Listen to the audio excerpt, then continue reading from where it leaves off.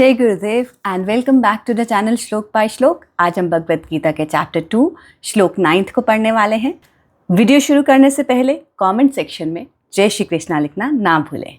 एवं उक्त्वा ऋषिकेशं गुडाकेश परन्तपा न योत्स्य इति गोविंदम उक्त्वा तुषीणां बभूववः।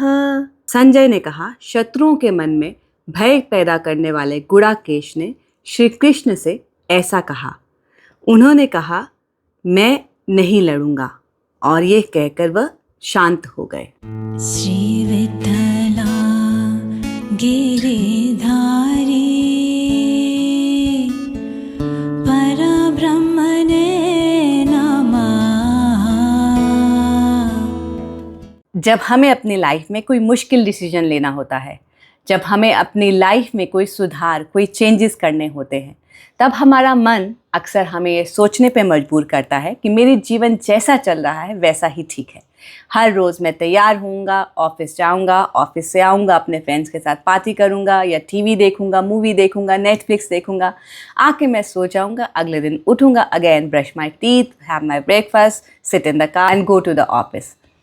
ऐसी ही स्थिति में अर्जुन इस श्लोक में है। अर्जुन ये जानते हैं कि उनकी लाइफ में उन्हें एक बहुत इम्पॉर्टेंट स्टेप उठाना है, उन्हें वो डिसीजन लेना है, लेकिन वह भी इस डिसीजन लेने में असमर्थ है इस समय। इसलिए वे श्री कृष्ण से कहते हैं कि मैं फाइट नहीं करूँगा, मैं युद्ध नहीं करूँगा। गुरुजी समझाते हैं कि जब श्री कृष्ण को अर्जुन ऐसा कहते हैं कि मैं युद्ध नहीं करूँगा, उसके बाद वे शांत हो जाते हैं। उनकी इस शांति का अर्थ है कि वे श्री कृष्ण को एक्सेप्ट कर रहे हैं। 7वें श्लोक में हमने देखा था कि कैसे श्री कृष्ण को अर्जुन ने सरेंडर कर दिया था। उन्होंने कहा था, मैं आपकी शरण में हूँ, मुझे मार्ग दिखाइए।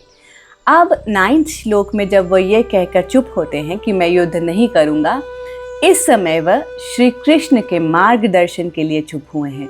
वे ये एक्सेप्ट कर चुके हैं कि उन्हें नहीं पता सही और गलत क्या है, और उन्हें श्री कृष्ण के मार्गदर्शन की ज़रूरत है। इसीलिए वे सब अपने मन की बात बोलने के बाद चुप हो जाते हैं। और एक और ध्यान देने वाली बात इस श्लोक में है कि श्री कृष्ण को अर्जुन ने गोविंदम कहकर इस श्लोक में संबोधित किया है। गोविंदम शब्द का अर्थ क्या है? गोविंदम शब्द का अर्थ होते हैं वेदों के स्वामी, और श्री कृष्ण न केवल वेदों के स्वामी थे बल्कि वेदों की ही इनकारनेशन थे। गुरुजी समझाते हैं कि वेदों की स्टडी करने का सिर्फ और सिर्फ एकमात्र उद्देश्य हमारा होना चाहिए श्री कृष्ण नारायण को जानना, उनकी कृपा प्राप्त करना। That is the only aim of study of Vedas. जैसे हम मूवी में एक एक्साइटिंग ट्विस्ट के बाद या एक सस्पेंसफुल ट्विस्ट के बाद एक्साइटेड होते हैं ये जानने के लिए कि आगे मूवी में या सीरीज़ में क्या होने वाला है, वैसी ही स्थिति यहाँ पे संजय की थी।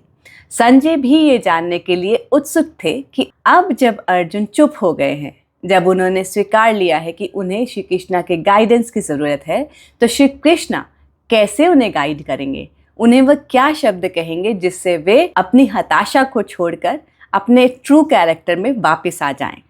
तो ये हम नेक्स्ट श्लोक में देखेंगे। अगर वीडियो आपको सोचने पर मजबूर करे तो वीडियो को लाइक और शेयर कीजिए। ऐसे ही भगवद गीता को प्रैक्टिकली जानने में अगर आपका इंटरेस्ट है तो चैनल को सब्सक्राइब भी कर लें। नेक्स्ट श्लोक में नेक्स्ट वीडियो के साथ फिर मिलेंगे। तब तक के लिए जय गुरुदेव।